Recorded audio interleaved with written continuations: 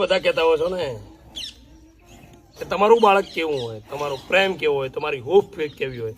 જો આ છે મારો પ્રેમ, આને મેં તૈયાર કરી છે. મને બીજો કોઈ શોખ નથી. મેં 0 થી શરૂઆત કરી હતી અને આજે ભગવાને મને તમારો પ્રેમ, તમારા આશીર્વાદ મને બધું આપ્યું છે. પણ હું તો તમને કહું છું કે તમે તમારા બાળકને તમે બેટા કઈ બોલાવી શકતા હો, તમે તમારા બાળકને 3 વખત પૂછી શકતા હો કે તે ખાધું, તે પીધું, સ્કૂલે જવાનું, કપડાં પહેર્યા ના પહેર્યા, તો આને કેમ નહીં?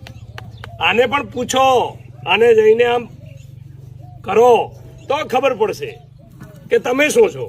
હવે તમે લોકો તો બસ મેં 1.5 લાખની લાવીને 1 લાખની લાવીને નીકળી ગયા ઘરેથી, એટલે આ તમને કહેશે એમ નહીં. કે વિચારવાનું તમારે છે.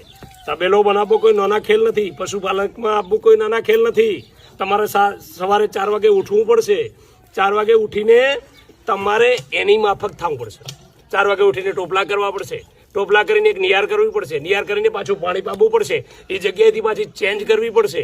અને એ ચેન્જ કર્યા પછી તમારે પાછો લીલો ઘાસચારો ખવડાવીને પાછા 2 વાગે સૂકી નિયાર, 2 વાગ્યા પછી પાછો 4 વાગે ટોપલો, 4 વાગે ટોપલો કરીને આ ગુલાબોને પાછી ધોઈને પાછી એની જગ્યાએ શિફ્ટ કરીને પાછો તમારે એનું રૂટિંગ એક નિયાર કરીને તમારે રહેવાનું છે. એટલે તમારે વિચારવાનું છે કે આ પશુ સાથે કેવો વ્યવહાર કરવો, એક દીકરા તરીકે, એક દીકરી તરીકે, કે પછી એક માલિક તરીકે, એક કસાઈ તરીકે, એ તમારા હાથમાં છે.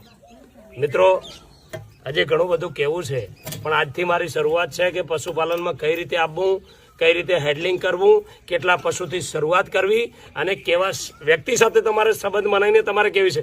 તમે 40-50 ભેંસ હશે, મોટો માણસ હશે, એ તમને નહીં કહે. 100માંથી કદાચ 5 માણસ કહેશે કે ભાઈ ફલાણું કર, પણ બીજો તમને નહીં કહે. કેમ કે તમારે એક એવી જગ્યાથી શરૂઆત કરવાની છે કે તમે શું હતા અને તમે શું કરી શકો છો. તમે 2 ભેંસ સારી લાવશો એટલે તમારા મગજમાં આવી જશે. તમે ઘરે બીજા 5 જાનવર જૂના હોય જ તમારા મા બાપના, એમાંથી પણ તમને ખબર પડી જતી હોય છે કે તમે શું છો. એટલે આજથી હું તમને કહેતો રહીશ, તબેલો શું છે, પશુપાલન શું છે, વેપારી શું છે, એક એજન્ટની ફરજ શું આવે છે અને એક પશુપાલકની શું ફરજ આવે છે, એ આજથી હું તમારી સાથે જોડાયેલો છું.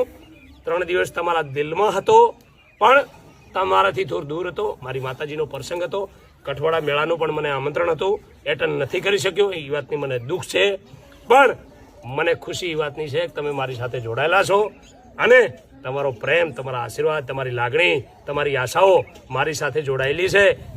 એનો હું ઋણી છું. જય ગોગા મહારાજ.